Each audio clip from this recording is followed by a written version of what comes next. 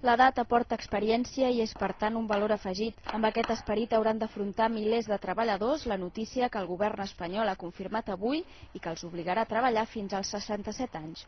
Una mesura que presentarà el govern a la Comissió Parlamentària del Pacte de Toledo. Pero debemos ser conscientes del reto que supone el envejecimiento de la población, la mayor expectativa de vida y pensar en la sostenibilidad del sistema para las futuras generaciones. La propuesta que hoy presenta el Gobierno no va a afectar a los actuales pensionistas y se implantará de manera paulatina, fijando al final del camino como nueva edad de jubilación los 67 años. Va ser el 1919 quan es va establir la jubilació als 65 anys. Des de llavors, l'esperança de vida ha anat augmentant fins a situar la població espanyola en la segona posició mundial, només superada pel Japó.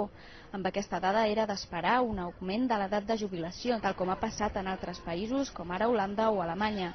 L'ampliació començarà a aplicar-se el 2013 i es farà gradualment, de forma que a partir del 2025 tots els treballadors ja es retiraran legalment als 67 anys. El govern espanyol espera que amb aquesta mesura es garanteixin les pensions del 2030. Un altre canvi serà l'ampliació dels 15 anys de la base de cotització per calcular les pensions, tot i que encara no s'ha concretat quina serà l'ampliació.